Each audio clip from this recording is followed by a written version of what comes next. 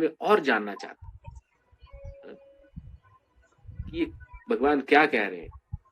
तो भगवान जब कर्म कर्म विकर्म का सिद्धांत बताते हैं, तब भगवान ये बतलाते हैं कि कर्म का सकाम कर्म है, यानी अपनी इंद्रिय तृप्ति के लिए जो कार्य करते हैं, या ऐसा कार्य जिसका हम फल चाहते हैं अपनी शरीर के सुख के लिए, ऐसा कर्म को कर्म कहा जाता है। विकर्म यानी शास्त्र से अगेंस्ट, और वो कर्म अगर हम शास्त्र सम्मत विधि से करें तो उसको कर्म कहा जाता है।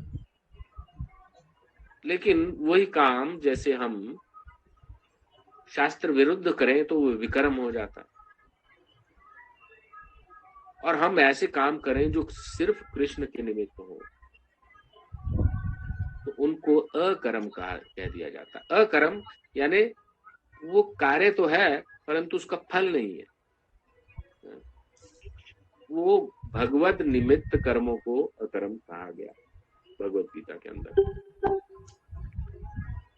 तो ये कॉन्सेप्ट और थोड़ा सा समझना चाहता है कि एक तरह तो बोलते हैं कि मतलब कि ज्ञान योग के द्वारा सारे कर्मों को बंद कर दिया जाए, क्योंकि ज्ञान योग का महत्व तो जो जो जो निर्विशेष ज्ञान योग है, तो उसमें व्यक्ति बोलता है कि काम करूंगा फंस जाऊंगा, कोई भी कार्य करूंगा तो फंस जाऊंगा, इससे अच्छा एक जगह बैठ करके ध्यान करा जाए, कोई कार्य ही ना करा जाए, क्योंकि ना होगा बांस और ना बजेगी बांसुरी।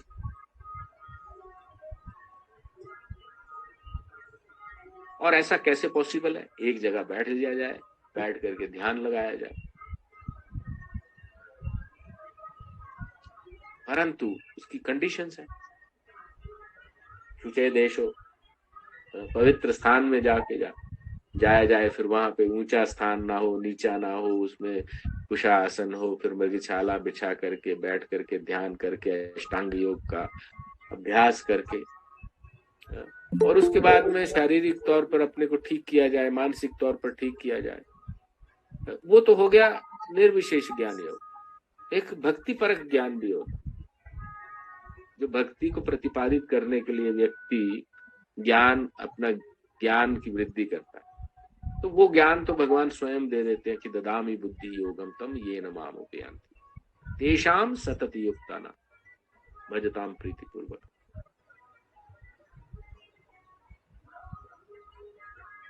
तो उसी संदर्भ में भगवान बता रहे हैं कि पहले श्लोक में उन्होंने बताया कि सांख्य योग और जो भक्ति योग है, दोनों they go hand in hand, they are going hand in hand.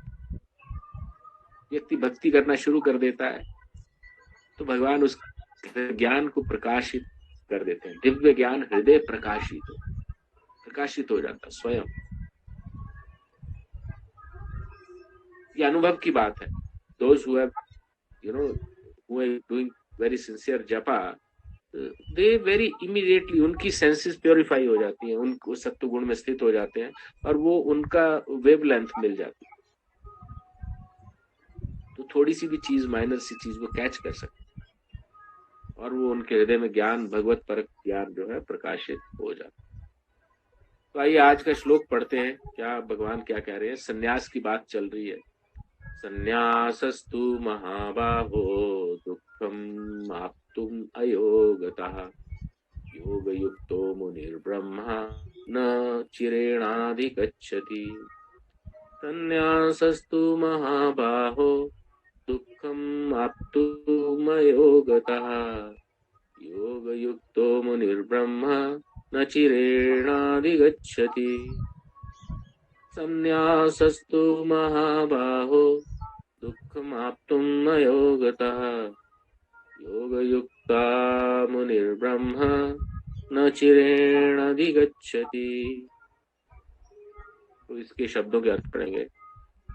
सन्यासः, सन्यास का अर्थ होता है सन्यास, आश्रम।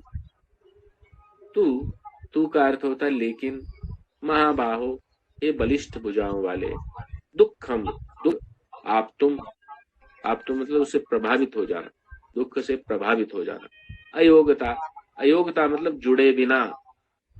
अब अयोगता का अर्थ कोई बोले कि ये अष्टांग योग और ये योग वो योग। अयोग्यता का यहाँ पे सिंपल अर्थ समझना चाहिए कि यहाँ पे प्रभुपाद अर्थ करते हैं भक्ति के बिना। अयोग्यता मतलब भगवान से जुड़े बिना। योग का अर्थ होता है जुड़ना, अयोग का मतलब जो नहीं जुड़ा है। तो नहीं जुड़ा किसके संदर्भ में कहा जा रहा है? परमात्मा ईश्वर के संबंध में, भगवान के संबंध में कहा जा रहा है अयोग्यता। फिर उसके बाद है योग युक्ता। योग युक्ता जो योग से युक्त है, यानी जो भगवान से जुड़ा हुआ है, या दूसरे शब्दों भगवान की भक्ति कर रहा है। मुनि, मुनि मुनि का अर्थ है चिंतक, विचारवान, जो विचार करता है, जो चीजों के बारे में सोचता है, उसको मुनि कहा जाता है। ब्रह्म, ब्रह्म यानी परमेश्वर को। तो यहाँ पे ब्रह्म को निर्विशेष ब्रह्म नहीं समझना चाहिए। और न चिरेण, न चिरेण का अर्थ है शीघ्र ही। चिरेण का अर्थ होता है जिसमें देर लगती है, और ना चिरेण का अर्थ होता है जिसमें देर ना लगे। ना चिरेण मतलब विदाउट एनी डिले। ना चिरेण अधिगच्छति यानी प्राप्त करता है।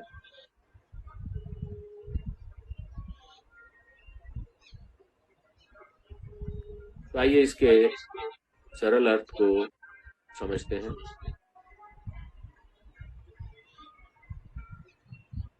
सरल अर्थ इस प्रकार से है कि भक्ति में लगे बिना, मतलब अयोग्यता, अयोग्यता जो शब्द है यहाँ पे, भक्ति में लगे बिना मतलब भगवान से जुड़े बिना या भक्ति में लगे बिना। संन्यास, संन्यास आश्रम यानी केवल, संन्यास का अर्थ है समस्त कर्मों का परित्याग, मैं सब कुछ छोड़ दूंगा। समस्त कर्मों का परित्याग करने से कोई सुखी नहीं बन सकता।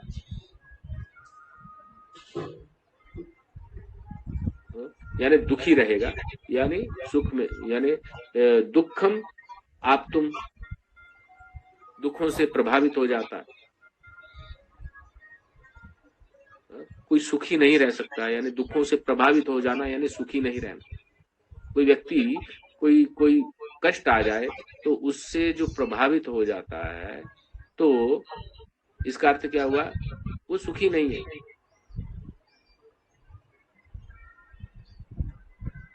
परंतु भक्ति में लगा हुआ विचारवान व्यक्ति, मुनि की बात की जाएगा, योग युक्तो मुनि मतलब जो भगवान से जुड़ा हुआ व्यक्ति है और मुनि है, विचारवान व्यक्ति है, ब्रह्म न चिरेण अधिगच्छति। अधिगच्छति मतलब प्राप्त कर लेता है। ब्रह्म को, परमात्मा को न चिरेण शीघ्र ही प्राप्त कर लेता है, बहुत ज्यादा उसको कोशिश नहीं करनी पड़ती। तो ये भी समझना चाहिए कि understanding of the subject matter is very important. भक्ति तो ऐसी है कि कोई व्यक्ति बिना श्रद्धा के भी भगवान का नाम लेता है तब भी कार्य करता है।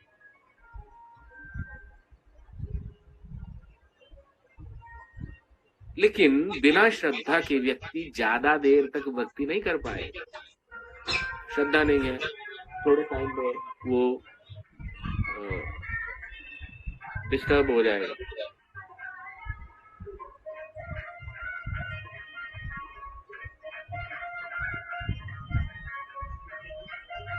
तो इसीलिए ज्ञान प्राप्ति बहुत जरूरी है। भक्ति के बारे में विचार करना चाहिए व्यक्ति को, विचार करना अति आवश्यक है। इसलिए मुनि शब्द यूज किया है, चिंतक, जो विचार करता है। जैसे मैं पिछली बार भी कहा था कि कई जगह वर्ड लिखा था ना, साथ क्या जाएगा, what is it which are you going to take along with you when you leave this world? क्या आप क्या साथ लेकर के जाएंगे? तो मटेरियल पोजेशंस व्यक्ति साथ में नहीं ले जा सकता। तो व्यक्ति को विचार करना चाहिए कि ऐसी कौन सी चीज है जो वो साथ ले करके जा सकता है। तो जैसे मैंने वो राजा और मूर्ख की कहानी सुनाई थी आपको, कि राजा का जो विदूषक था, तो उसने एंड में उस राजा को बोल दिया कि सबसे बड़े मूर्ख आप हो, जब आप इतना पूरा उम्र इतना सब चीजें इकट्ठा करते रहे, लेकिन जिनको आप साथ ही नहीं ले जा सकते हो, ना अपने सगे संबंधी, ना रानियां, ना आपका पोजेशंस, ना वेल्थ, ना कुछ, पूरा टाइम उसमें वेस्ट कर दिया। तो जिसमें जो चीज साथ ले जा सकते हो, उसमें आपने कुछ भी टाइम स्पेंड नहीं किया, उस पे आपने कोई समय नहीं लगाया। तो ये विचारवान व्यक्ति है। इसी को कहते हैं कि अपने जीवन के बारे में भी व्यक्ति को 360 डिग्री व्यू रखना चाहिए। ऐसा नहीं है, इसीलिए तो विचारवान यानी मैच्योर, मैच्योर व्यक्ति। और यहाँ पे किसकी बात हो रही है कि भक्ति में लगे बिना केवल समस्त कर्मों का परित्याग करने से कोई सुखी नहीं बन। ये बलिष्ठ भुजाओं वाले अर्जुन, तो भगवान एक तरह से सार्कास्टिकली भी बुला रहे हैं अर्जुन को। अर्जुन बहुत बलिष्ठ भुजाओं वाला, कि भैया बल का बहुत बलशाली हो, लेकिन माइंड आपसे भी बलशाली है। मुझे ऐसा एक जोक याद आ रहा है, आप सब लोग अप्रिशिएट कीजिएगा। कि एक बार ट्रेन में एक ट्रेन में जा रहे थे दो व्यक्ति, एक हरियाणा का पहलवान था और एक बंगाली बाबू थे बैठे हुए। ऐसा समझा जाता है कि बंगाली बाबू, जो बंगाली लोग हैं, थोड़ा सा पतले सिकुड़े दुबले होते हैं, लेकिन वो दिमाग लगाते हैं, मतलब उनके दिमाग जो ब्रेन वाइज शार्प रहते हैं, ऐसा समझा जाता है। तो एक बार वो दोनों चल रहे थे, तो वो जो नॉर्मल जो स्लीपर क्लास जो डब्बा है उसमें बैठे हुए थे, और उसमें जिसमें खिड़की होती है ना, उसको जोर लगा के ऊपर करना पड़ता है। तो बंगाली बाबू बहुत दुबले पतले थे, और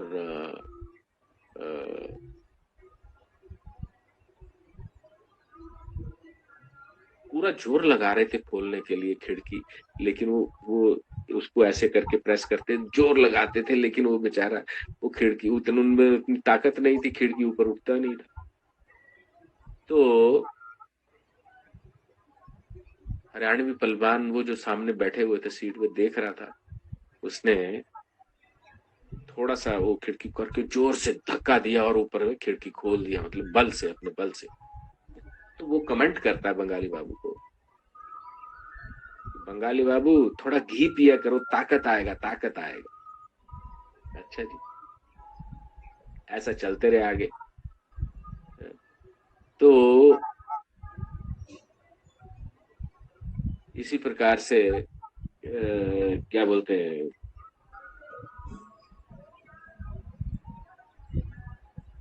आगे चलें तो कोई ऐसा चीज हुआ है, जैसे एक पजल सॉल्व करना था। तो पजल सॉल्व करने के लिए वो पेपर था, तो वो बेचारा सिंपल पजल सॉल्व नहीं कर पा रहा था। पहलवान ने पेपर पकड़ा हुआ था, सिंपल पजल सॉल्व नहीं कर पा रहा था। तो बंगाली बाबू देख रहे थे, तो देख रहे थे, और देखते देखते उन्होंने उनसे पेपर लिया और उसमें दो चार वर्ड लिखे और वो पजल को सॉल्व कर दिया। तो वो हरियाणवी को बोलते हैं कि हरियाणवी बाबू, तुम थोड़ा सा बादाम खाया करो, दिमाग आएगा।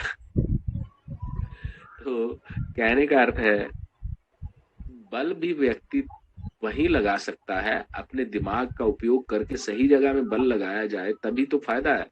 नहीं तो जैसे एटलस को उठाना है ना, किसने कहा था, अरिस्टोटल ने या कोई ऐसे व्यक्ति ने कहा था कि मेरे को एक प्रॉपर वेज दे दीजिए तो मैं पूरी पृथ्वी को उठा सकता हूँ, है ना। वो जो उत्तोलक का जो प्रिंसिपल रहता है, what you call in English, उत्तोलन का जो प्रिंसिपल रहता है कि आप एक वेज ऐसी जगह पे लगा दें और दूसरी जगह में भार डालें, और एक तरफ दूसरे में आपने कोई जो ऑब्जेक्ट जिसको उठाना है तो उसको आप उठा सकते हैं, हाँ? तो कहने का अर्थ है, अगर दिमाग लगाया जाए तो बल प्रभावशाली होता बात वही है कि हमको कार्य ऐसा करना है ताकि पूरा तरह से विचार करके, ताकि हमारे एफर्ट का, टाइम का प्रॉपर यूटिलाइजेशन हो सके। तो यहाँ यही बोल रहे हैं कि सन्यास आप बिना सोचे समझे इमेच्योरिटी से सन्यास ले लेना कोई परिपक्वता की निशानी नहीं है, विचारवान व्यक्ति की या मुनि की निशानी नहीं है। तो जल्दबाजी में कोई काम नहीं करना चाहिए। व्यक्ति को अपना स्वभाव पहचानना चाहिए, सत्व, तमो और रजोगुणों को पहचानना चाहिए। मैं कौन से गुण में हूं, पहले तो अपने गुणों से ऊपर उठूं। और अगर भगवान की भक्ति व्यक्ति करता रहेगा तो अपने आप को, ऐसी अवस्था तो मानसिक अवस्था है। सन्यास की अवस्था कोई शारीरिक अवस्था नहीं है कि गेरुआ वस्त्र धारण कर लिया और सन्यासी हो गए। भाई, सन्यास मानसिक अवस्था। व्यक्ति गृहस्थ आश्रम में रहकर भी बड़ा सन्यासी हो सकता है।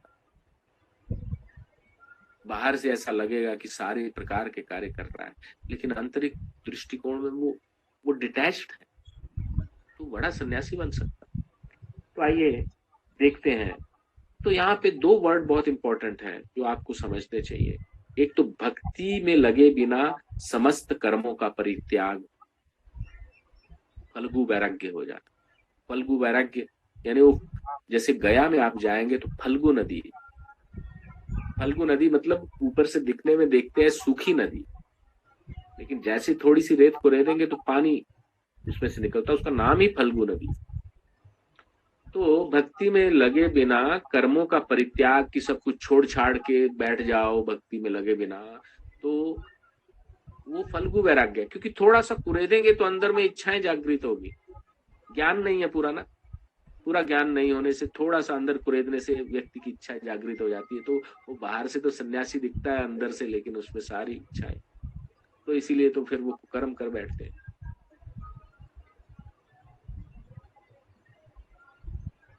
और उससे जनता को संदेश अलग चला जाता है, नेगेटिव संदेश जाता है कि देखो जी, गेरुआ वस्त्र धारण करके व्यक्ति कैसे कैसे काम करता है।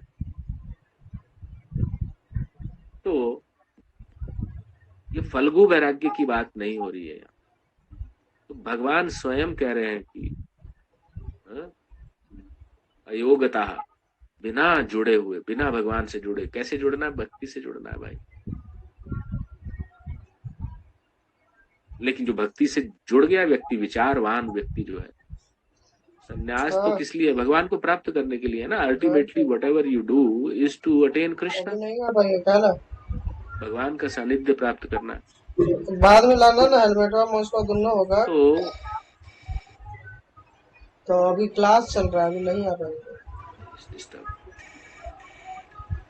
ठीक। तो कहने का अर्थ है,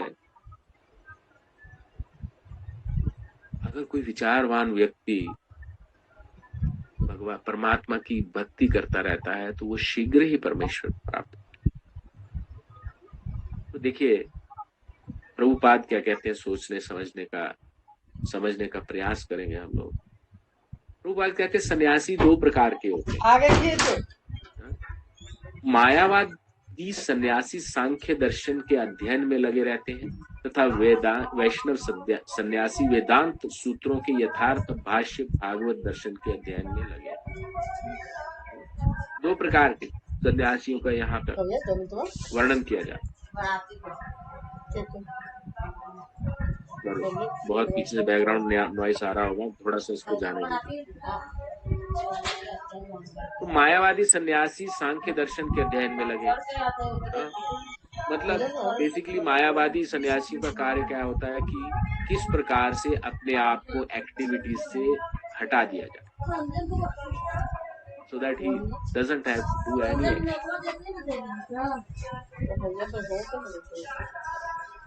और वैष्णव सन्यासी वेदांत सूत्रों के यथार्थ भाष्य भागवत दर्शन के अध्ययन में, भागवत पुराण का, भागवतम का और यथार्थ भाष्य मतलब वेदांत सूत्रों की जो नेचुरल कमेंट्री है वो पूरी भागवत में कही गई, जिसमें भगवान के भक्तों की के द्वारा या भगवान के स्वयं के गुणों, लीलाओं हाँ का भाई, पहुंचा के चल जाए, काम करके इत्यादि का डायरेक्ट लेके वर्णन चल। किया गया है और उसमें सारे वेदांत सूत्रों का सार उसमें स्पष्ट हो जाता है। तो दो तरह के सन्यासी है कि जो अध्ययन भी करते हैं, तो किस प्रकार का अध्ययन करते हैं, तो ये बताया गया। तो मायावादी सन्यासी भी वेदांत सूत्रों का अध्ययन करते हैं, दे ऑल्सो स्टडी वेदांत सूत्र, लेकिन वो शंकराचार्य द्वारा प्रणीत शारीरिक भाष्य का उपयोग करते हैं। तो वो शंकराचार्य ने वेदों की सुप्रीमेसी को एस्टेब्लिश करने के लिए वो यहाँ पे आकर के उनका प्रचार किया था, परंतु क्योंकि भगवान बुद्ध के वक्त में बुद्ध ने कहा कि अरे वेदों को, वैदिक नॉलेज को छोड़ दो।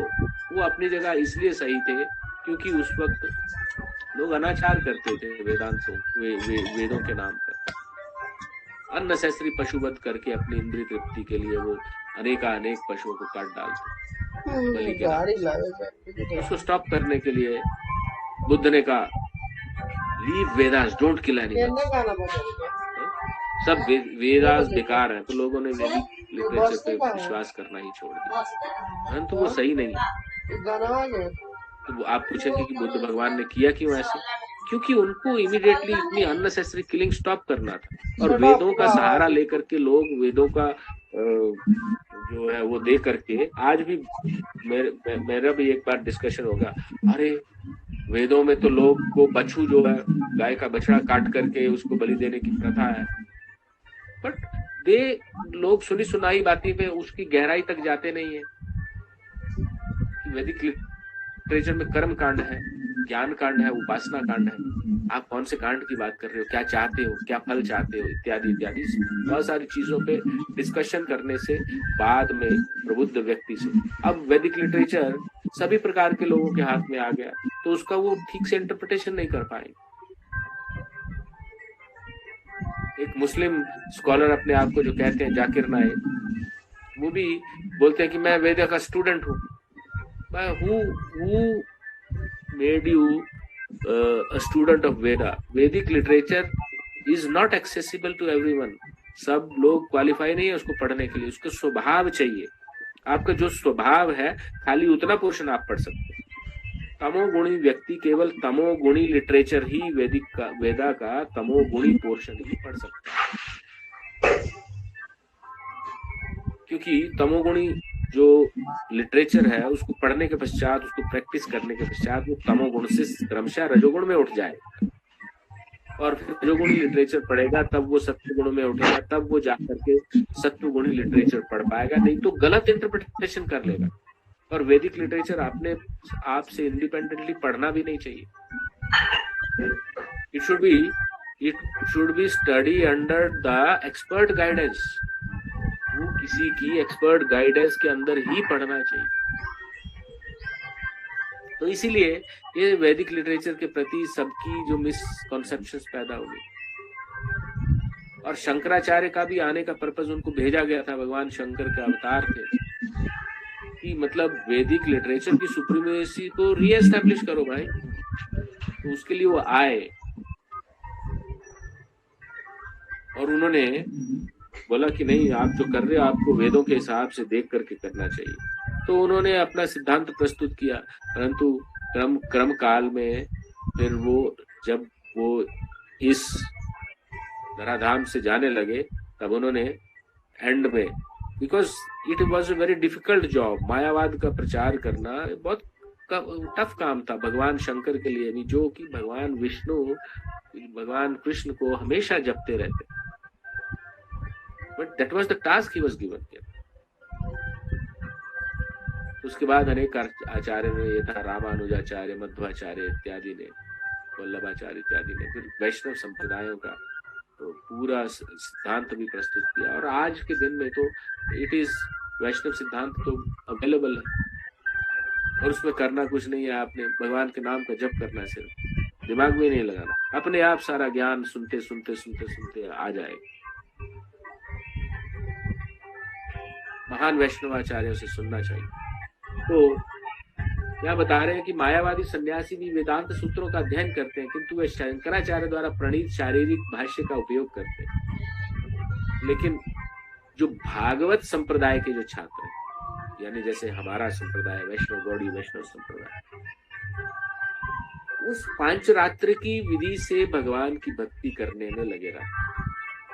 ये पांचरात्र की विधि जो है श्री संप्रदाय में आती है। जो गौड़ीय वैष्णव संप्रदाय है, it is a amalgamation, very nice amalgamation of two, भागवत विधि और पांचरात्र की विधि। भागवत विधि क्या कहती है? भगवान के पवित्र नामों का जप करो, दैट्स ऑल। आपको भगवान का प्राप्ति हो जाएगी। हरिदास ठाकुर जो एक मुस्लिम थे, उन्होंने भगवान कृष्ण यानी हरे कृष्ण का मंत्र, महामंत्र 24 घंटे जपते थे। 24 घंटे में से खाली 2 या 3 घंटे वो स्टॉप करते थे, अदरवाइज कॉन्टिन्यूस मंत्र, खाली अपनी जो शारीरिक क्रियाओं को प्रतिपादित करने के लिए, बस उतना ही। उन्होंने परफेक्शन प्राप्त कर ली और स्वयं चैतन्य महाप्रभु की गोदी के अंदर में उन्होंने प्राण त्याग, जगन्नाथपुरी में। आज भी वो जगह है वहां पे। अगर कभी कोई यात्रा में जाता है तो देख सकता है। तो भागवत विधि कहती है कि खाली पवित्र नामों का जप करो,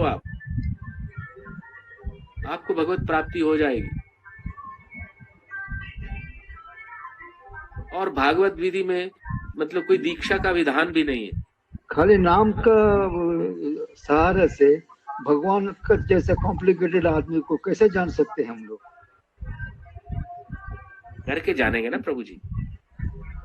अब आप मेरे को पूछ रहे हैं कैसे जानेंगे, तो आप करेंगे तब जानेंगे। नाम में क्या है? Transcendental sound vibration. आप it is a sound vibration which is not from the material world. ये इस भौतिक जगत की साउंड वाइब्रेशन नहीं है, ये डायरेक्टली भगवान के गोलोक धाम की साउंड वाइब्रेशन। आप इस चीज को अप्रिशिएट करेंगे कि अगर आपको बम की आवाज आती है, कोई बॉम्ब फटा है तो आवाज आती है, तो उससे क्या आपको फीलिंग आती है? कैसी फीलिंग जनरेट करता है आपके ऊपर अगर बम की आवाज आए? कुछ डिजास्टर हो रहा है। डिजास्टर हो, बट आपको फीलिंग कैसी आएगी? क्या महसूस करेंगे? भय का महसूस करेंगे कि नहीं? Fear. The feeling of fear will arise when any explosion occurs. Yes.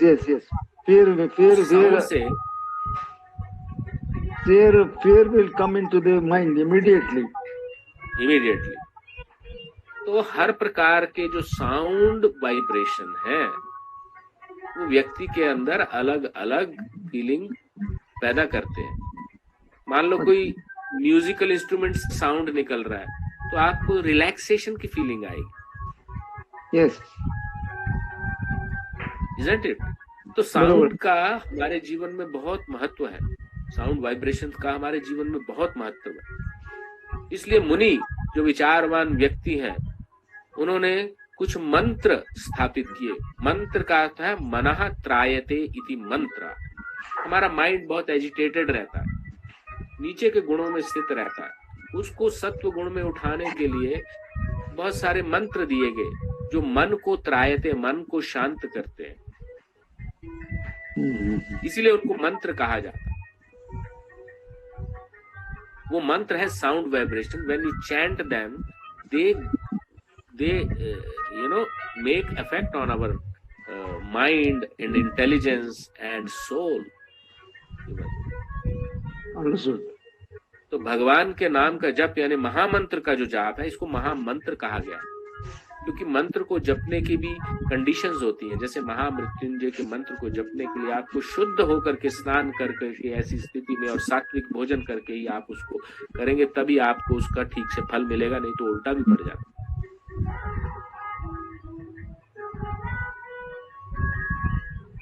लोग किसी भी कंडीशन में गायत्री मंत्र का जाप करना शुरू करते हैं, उसको नहा धो करके ब्रह्म मुहूर्त वेला में या संध्या की वेला में किया जाता है, और वो भी जब गुरु उनको मंत्र आपको प्रदान करेगा गायत्री मंत्र, तभी आप उसको चैंट कर सकते,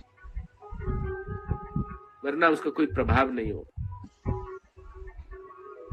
लेकिन हरे कृष्ण महामंत्र ऐसा मंत्र है, इसको महामंत्र कहा गया। महामंत्र मतलब इसके लिए कोई विचार नहीं है, देश काल परिस्थिति का बिना विचार किए कहीं भी आप किसी भी अवस्था में, शुचि अशुचि, उसमें पात्र कुपात्र, कोई भी व्यक्ति इसको इसके भगवान के नाम का जप कर सकता। क्यों? क्योंकि ये साउंड वाइब्रेशन स्पिरिचुअल साउंड है, it's not a material sound. It directly penetrates all the layers of conditioning. ये जो हम अनेक जन्मों में कंडीशनड होकर के आए हैं, जितने हमारे को जो नेगेटिव संस्कार मिले हैं, सब की कंडीशनिंग को छेद करके वो आत्मा तक पहुंच जाता है और हमें शांति प्रदान करता है। ये मंत्र की महिमा। तो भागवत विधि में खाली जप की विधि बताई गई, बट गौड़ीय वैष्णव संप्रदाय इज अमेलगमेशन ऑफ भागवत विधि एंड पांचरात्रि की विधि। और पांचरात्रि की विधि क्या है? Deity worship. क्यों आवश्यकता है? तो ऐसा डीटी वर्शिप के लिए फिर आपको दीक्षा की जरूरत पड़ती है। आप बिना मंत्र दीक्षा लिए हुए डीटी वर्शिप नहीं कर सकते एज पर द रूल्स। तो आपको दीक्षा लेना होगा। तो हमारे इसमें क्यों किया? क्योंकि हम मंत्र जप करते हैं 24 घंटे, व्यक्ति मंत्र जप नहीं कर सकता, वो बोर हो जाएगा और छोड़ देगा। और हमारी सेंसेस उल्टा सुल्टा एंगेजमेंट में लगी रहती है। तो सेंसेस की भी तो एंगेजमेंट चाहिए। ना ही कश्चित क्षणम अपि जातु तिष्ठत अकर्मकृत। भगवान भगवत गीता में बताते हैं, अर्जुन पूछता है जब भगवान को, तो बोला कि भाई ना ही कश्चित क्षणम, किसी भी क्षण में जातु तिष्ठत, हम बिना कोई काम किए रह नहीं सकते हैं। मन कुछ ना कुछ इधर से उधर जंप करता रहता है बंदर की तरह, और जो माइंड डायरेक्ट करेगा वैसे ही हमारे कार्य होंगे। तो कार्य तो हाथों पैरों को, आंखों को, कानों को सुनना है, आंखों को देखना है, जीवा को चखना है, हाथों को कार्य करना है। ठीक है, आप मंत्र जाप तो ठीक है, तो फिर आप बाकी सेंसेस को कैसे एंगेज करेंगे? तो इसके लिए डीटी वर्शिप में भगवान को स्नान कराना है, भगवान का श्रृंगार करना है, उनको भोग लगाना है,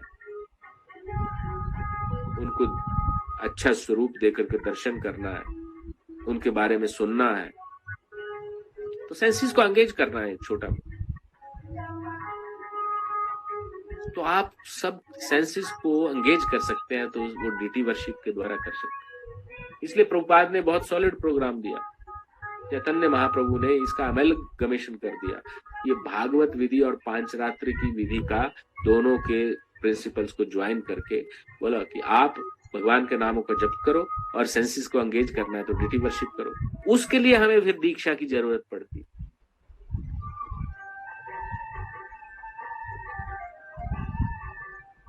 basically this is for preaching. तो प्रभुपाद जब अमेरिका गए तो उन्होंने पहले पांचरात्रि की विधि को प्रतिपादन नहीं, deity worship he did not introduce at all, खाली नाम जप इंट्रोड्यूस किया उन्होंने। और बाद में जाकर के जब लोग सिंसियर हो गए नाम जपते जपते, तब डीटी वर्शिप को, so that their senses are engaged and they do not deviate from the principles.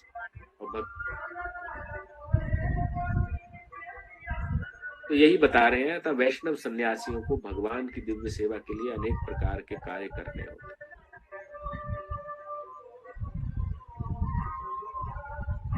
उन्हें भौतिक कार्यों से कोई सरोकार नहीं रहता, किंतु तो भी वे भगवान की भक्ति में नाना प्रकार के कार्य करते हैं। अल्टीमेटली अब कोई बड़ा फंक्शन ऑर्गेनाइज करना है, उसमें भक्तों को प्रसाद खिलाना है, तो उसमें लक्ष्मी चाहिए। तो वो सन्यासी को पैसे से कोई दरकार नहीं है, परंतु अब भगवान के बारे में बड़ा फंक्शन करना तो घर घर जाके वो डोनेशन भी एक्सेप्ट करता है, डोनेशन भी मांगता।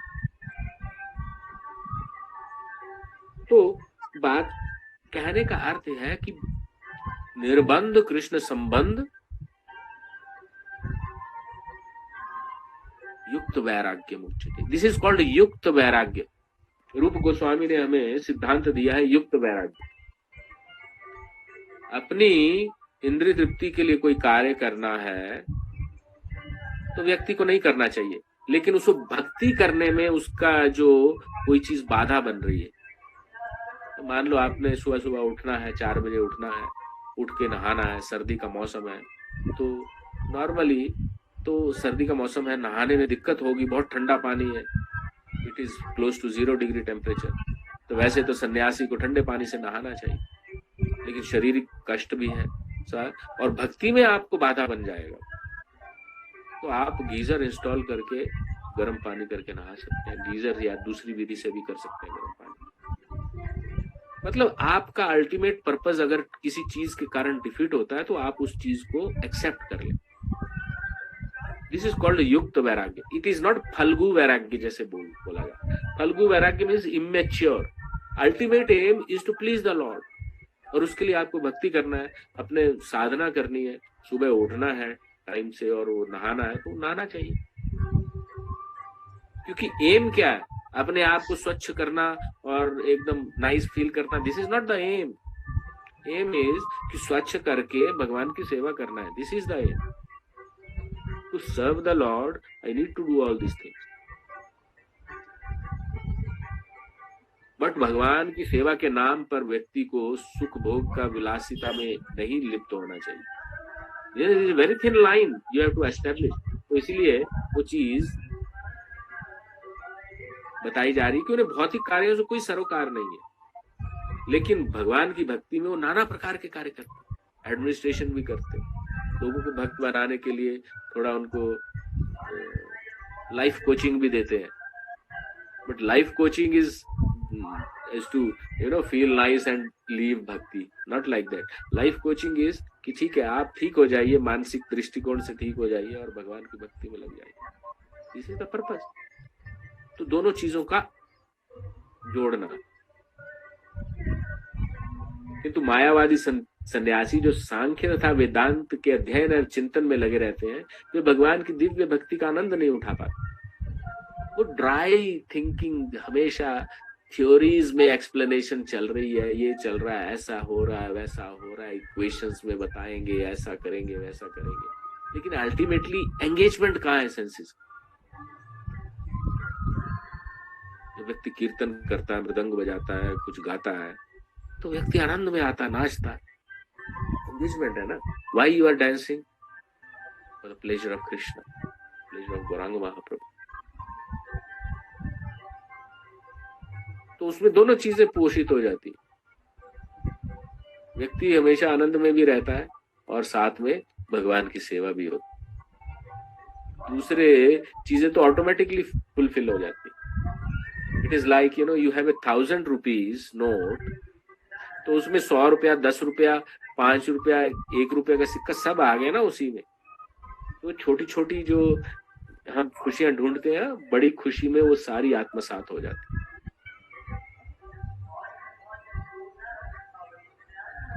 तो चूंकि उनका अध्ययन जो है, मायावादी जो है, वेदांती हैं, उनका अध्ययन बहुत जटिल हो जाता है और वे कभी कभी ब्रह्म चिंतन से ऊब कर समुचित बोध के बिना भी भागवत की शरण ग्रहण कर लेते हैं। This has happened. वाराणसी के अंदर में चैतन्य महाप्रभु एकदम नाचते, नृत्य करते, गाते जाते थे। तो वहां एक मायावादी सन्यासी थे विद 10,000 डिसाइपल्स, वो वाराणसी में थे। ये महाप्रभु के काल की घटना है। उन्होंने बोला, कैसे सन्यासी हो यार, वेदांत दर्शन को पढ़ो, उसको समझो, क्या नाचते गाते रहते हो और भगवान के नाम हरे कृष्ण महामंत्र जपते रहते हो। महाप्रभु ने कहा कि मेरे गुरु ने देखा कि ये सबसे महामूर्ख व्यक्ति है, ये भगवान के नाम के सिवा कुछ नहीं दे सकता, तो उन्होंने मेरे को यही आदेश दिया कि आप भगवान के नाम का चिंतन करें। जबकि महाप्रभु एक टाइम पे जो वेदांतिक जो सिद्धांत है, न्याय शास्त्र के सिद्धांत है, एक सिद्धांत का काट प्रस्तुत करते थे, दूसरा व्यक्ति उससे कन्विंस हो जाता था, जब वो कन्विंस हो जाता तो तीसरा आर्गुमेंट देते थे, वो बोलता था अच्छा ये दोनों गलत है, तीसरा, जब वो तीसरे पे जाता था तो उसको भी काट करके जो पहला सिद्धांत था उसको सही बता देते। This was such an intelligent. तो उन्होंने बोलते हैं उनको प्रकाशानंद सरस्वती आई थिंक, उनको कहा उन्होंने भाई मैं बहुत ही मूढ़ व्यक्ति, इसलिए मेरे गुरु ने कहा कि तुम खाली भगवान के नाम का जप करो और ऐसा ऐसा रहो। और बाद में जब उन्होंने प्रकाशानंद सरस्वती से जब उनकी बातचीत हुई वेदांत सूत्र पे और उन्होंने जब उनको प्रवचन किया तो प्रकाशानंद सरस्वती अपने 10,000 शिष्यों के साथ उनके शिष्य बन गए, 10,000 disciples। This is the power of Bhagavad and Pancharatri.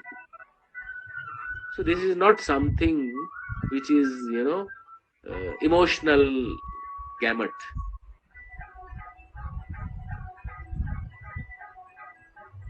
ये कोई मेंटल स्पेकुलेशन या इमोशनल इन्वॉल्वमेंट नहीं है, ये बहुत डीप फिलॉसफी है। तो ऐसे लोग भी जो मायावादी हैं वो भागवत की शरण में आ जाते हैं।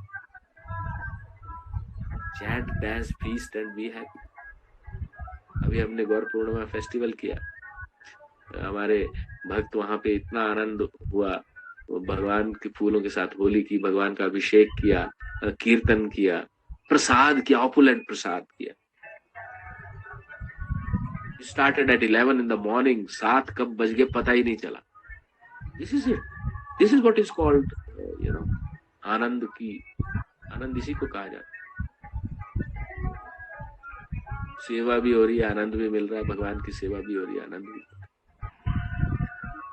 भगवान की इच्छा में अपनी इच्छा समाहित हो जाती।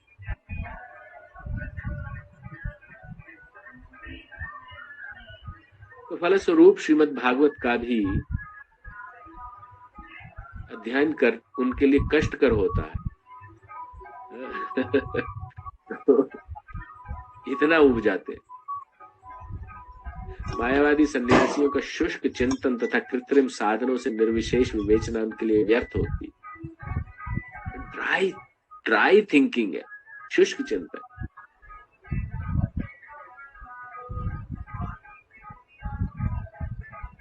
मैंने तो कभी मायावादी सिद्धांत में मैंने भगवत गीता लेके आया था एक बार, तो वो मतलब इट वाज लाइक मैं उसके 4-10 पन्नों से ज्यादा पढ़ ही नहीं पाया।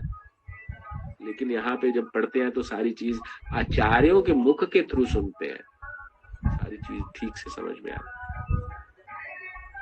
भक्ति में लगे हुए वैष्णव सन्यासी अपने दिव्य कर्मों को करते हुए प्रसन्न रहते हैं और ये भी निश्चित रहता है कि वे भगवत धाम को प्राप्त हो, क्योंकि भगवान कह रहे हैं ना, अभी कह रहे हैं श्लोक,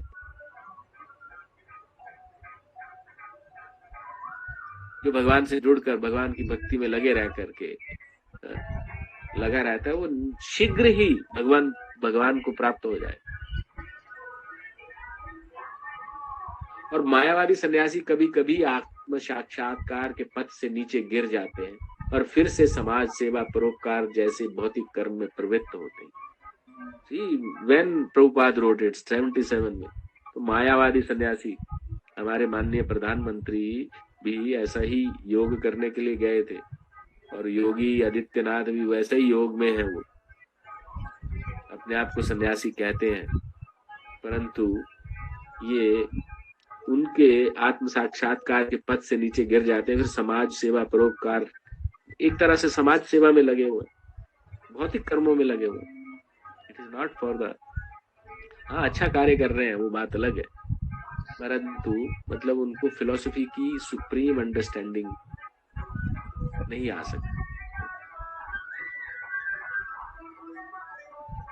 वो केवल भक्ति योग में आ सकती। अतः निष्कर्ष ये निकला कि कृष्ण भावना मृत के कार्यों में लगे रहने वाले लोग ब्रह्म विषयक साधारण चिंतन में लगे सन्यासियों से श्रेष्ठ हैं, यद्यपि वे भी अनेक जन्मों के बाद कृष्ण भावना भावित हो जाते हैं। जो मायावादी है वो बहुजन्म नाम अंते ज्ञानवान, वो ऐसा ज्ञान के पीछे पड़े रहते हैं ना, ज्ञानवान माम प्रवत, लेकिन बहुत जन्मों के बाद वो मेरी शरण में आते हैं। भगवान कह रहे हैं भगवत गीता में सारी चीजें कही हैं।